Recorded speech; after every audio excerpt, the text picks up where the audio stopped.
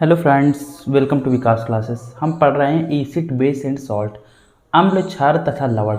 तो previous video में मैंने आपको बताया था कि अम्ल किसे कहते हैं, साथ ही साथ बताया था कि एसिड रैन क्या है। एसिड रैन पे बात की थी कि एसिड रैन क्या है, अम्लीय वर्षा।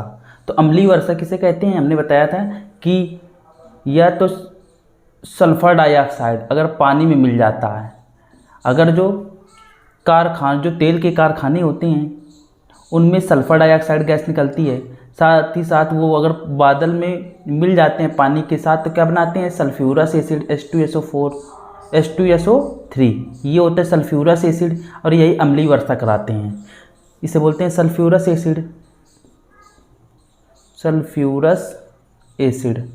और हमने आपको बताया था कि जो कारखानों से वाहनों से निकलने वाला जो धुआं होता है उसमें होता है नाइट्रोजन डाइऑक्साइड, ब्राउन कलर की होती है। जब ये बादल बनाते हैं यानी पानी से मिलते हैं तो क्या बनाता है, HNO3 नाइट्रिक एसिड।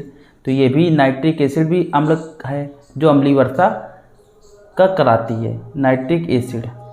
और हमने आपको बताया था कि कार्बन डाइऑक्साइड जो ग्रीन हाउस गैस है उसके प्रभाव से ये पानी में जब मिलती है तो क्या बनाती है, H2CO3, इसे बोलते हैं कार्बोनिक एसिड। ये भी अम्लीय वर्षा कराती है। तो ये जब किसी इमारत वगैरह में जैसे संगमरमर मार्बल्स वगैरह में पड़ते हैं तो अम्लीय वर्षा से क्या होता है, कलर डल हो जाता है। और हमने आपको बताए थे ये इतना अम्लीय वर्षा के बारे में। इसके बाद एक नोट पॉइंट डाल के लिखिएगा कि जो एक आर्टिफिशियल रेन होती है, आर्टिफिशियल जहाँ पे प्रदूषण ज़्यादा होता है, ठीक है, तो उस केस में क्या होता है, धुंध वगैरह जम जाती है यानी धुंध हो जाता है जिससे कुछ दिखता नहीं है। तो वहाँ पे मजबूरी में आर्टिफिशियल यानी कृत्रिम बारिश करवानी पड़ती है, आर्टिफिशियल कृत्रिम वर्षा।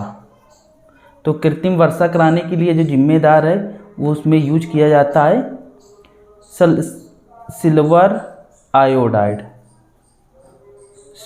आयोडाइड का इस्तेमाल करते हैं, ठीक है, जिसका फार्मूला होता है AgI, इसे बोलते हैं सिल्वर आयोडाइड। तो ये हुआ अम्लीय वर्षा के बारे में। अब आप बताने वाले हैं नाइट्रिक एसिड के बारे में, इसे बोलते हैं नाइट्रिक अम्ल। नाइट्रिक अम्ल क्या है, इसका यूज जो होता है HNO3, इसका फार्मूला होता है HNO3, इसे हाइड्रोजन नाइट्रेट भी बोलते हैं। तो इसका जो यूज है वो in the manufacturing of fertiliser मतलब होता है उर्वरक, इसका निर्माण उर्वरक बनाने में करते हैं, जो जमीन को फर्टाइल उर्वरक करती है। जो फर्टिलाइजर में क्या होता है, नाइट्रोजन पोटेशियम और फास्फोरस होता है, NPK इसे बोलते हैं, NPK। ये भारतीय मिट्टी में ये पाया जाता है। तो अगर इनकी कमी है तो फसल अच्छी नहीं होगी, तो उसको पूर्ति करने के लिए हम फर्टिलाइज़र का यूज़ करते हैं। दूसरा इसका यूज है विस्फोटक बनाने में करते हैं। ये नाइट्रिक एसिड का इस्तेमाल विस्फोटक यानी एक्सप्लोजिव बनाने में करते हैं। अब ये एक्सप्लोजिव हैं क्या, देख लेते हैं। जो एक्सप्लोजिव होते हैं यानी जो विस्फोटक है उसमें एक होता है HNO विस्फोटक, जिसमें होता है, विस्फोटक में क्या होता है, गन पाउडर का इस्तेमाल करते हैं, गन पाउडर जिसे बोलते हैं बारूद में क्या होता है, ये पोटेशियम नाइट्रेट होता है, ये हाइड्रोजन नाइट्रेट है, गन पाउडर में पोटेशियम नाइट्रेट होता है, और प्लस सल्फर भी होता है, और प्लस चारकोल का इस्तेमाल करते हैं। देखिए भारत की जो मिट्टी होती है उसमें पोटेशियम की मात्रा होनी चाहिए ज़्यादा, या पोटेशियम की मात्रा होती है, तो इसे बोलते हैं KNO3 का एक दूसरा नाम इंडियन साल्टपीटर भी है, इंडियन साल्टपीटर है। लेकिन एक देश है चिली या फिर चाइल, तो जो देश है चाइल, तो वहाँ की मिट्टी में क्या होता है, वहाँ पे सोडियम होता है।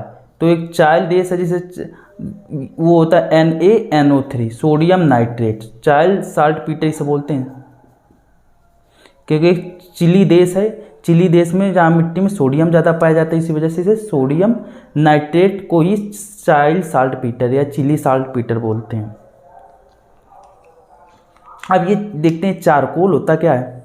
चारकोल जो होता है एनिमल से बनता है, और जो एनिमल चारकोल है उसका यूज क्या होता है, चीनी को कलर देने के, चीनी में जो कलर होता है उसको सफ़ेद करने में करते हैं, तो इसका जो यूज होता है तो क्या लिखते हैं, डीकलराइजेशन ऑफ, रंगहीन करने में करते हैं। किसको, चीनी को, शुगर को डीकलराइज करने के लिए करते हैं। लिख देते हैं डीकलराइजेशन, चीनी को रंगहीन करने के लिए, यानी रंग गायब करने के लिए करते हैं, क्रिस्टल बनाने के लिए। क्यों करते हैं इसका, क्योंकि जो चारकोल होता है वो जो चीनी की जो स्टार्टिंग में गंदगी होती है, भूरापन होता है, उसको सोख लेता है। तो ये जो इसका जो ये वर्क करता है as a, it acts as a absorbent, ये एब्जॉर्बेंट की तरह यानी अवशोषक की तरह कार्य करता है, अवशोषक की तरह ये कार्य करता है, जो उसमें जो भूरा कलर है उसको सोख लेता है और जो चीनी के जो क्रिस्टल है उसको वाइट कर देता है। तो ये हुआ नाइट्रिक एसिड। अब बताने वाले हैं ऑक्जेलिक एसिड। ऑक्जेलिक एसिड यानी ऑक्जेलिक अम्ल। ऑक्जेलिक अम्ल का फार्मूला होता है COOH, सिंगल बॉन्ड COOH। इसी को ऐसे लिखते हैं C2O4H2। ये जो है रिस्पॉन्सिबल फॉर किडनी स्टोन, ये गुर्दे की पथरी इसकी वजह से होती है। जब कैल्शियम की जब खराबी होती है और पेट में ऑक्जेलिक एसिड बनता है, तब क्या है, कैल्शियम और ऑक्जेलिक एसिड मिलके बनाते हैं कैल्शियम ऑक्जीलेट, जो एक हार्ड मास का काम करता है, यानी एक बोल सकते हैं कठोर पिंड के रूप में ये बन जाता है calcium oxalate. Found in tomato spinach, यह टमाटर में पाया जाता है, स्पिनच यानी पालक में पाया जाता है ज़्यादा मात्रा में। यूज इन फोटोग्राफी, इसका यूज फोटोग्राफी में करते हैं। और ये क्या करता है, ऑक्जेलिक एसिड जो होता है removes stain of rust and ink. Stain of rust मतलब ये स्टेन मतलब होता है स्टेन ऑफ रस्ट यानी जंग के धब्बे, स्टेन मतलब होता है धब्बा, जंग के धब्बे और स्याही के धब्बों को हटाता है ये। Sodium oxalate is used in blood bank, जो ब्लड बैंक होता है उसमें किसका इस्तेमाल करते हैं, उसमें सोडियम ऑक्जीलेट का इस्तेमाल करते हैं। सोडियम ऑक्जीलेट का फॉर्मूला होता है सोडियम ऑक्जीलेट का फॉर्मूला होता है COO और सिंगल बॉन्ड COO और यहाँ Na लगा देंगे। तो ये सोडियम ऑक्जीलेट है used in blood bank to prevent blood from clotting. रक्त को जमने से बचाने के लिए रक्त बैंक में किसका इस्तेमाल करते हैं, सोडियम ऑक्जीलेट का इस्तेमाल करते हैं। तो ये हुआ ऑक्जेलिक एसिड के बारे में।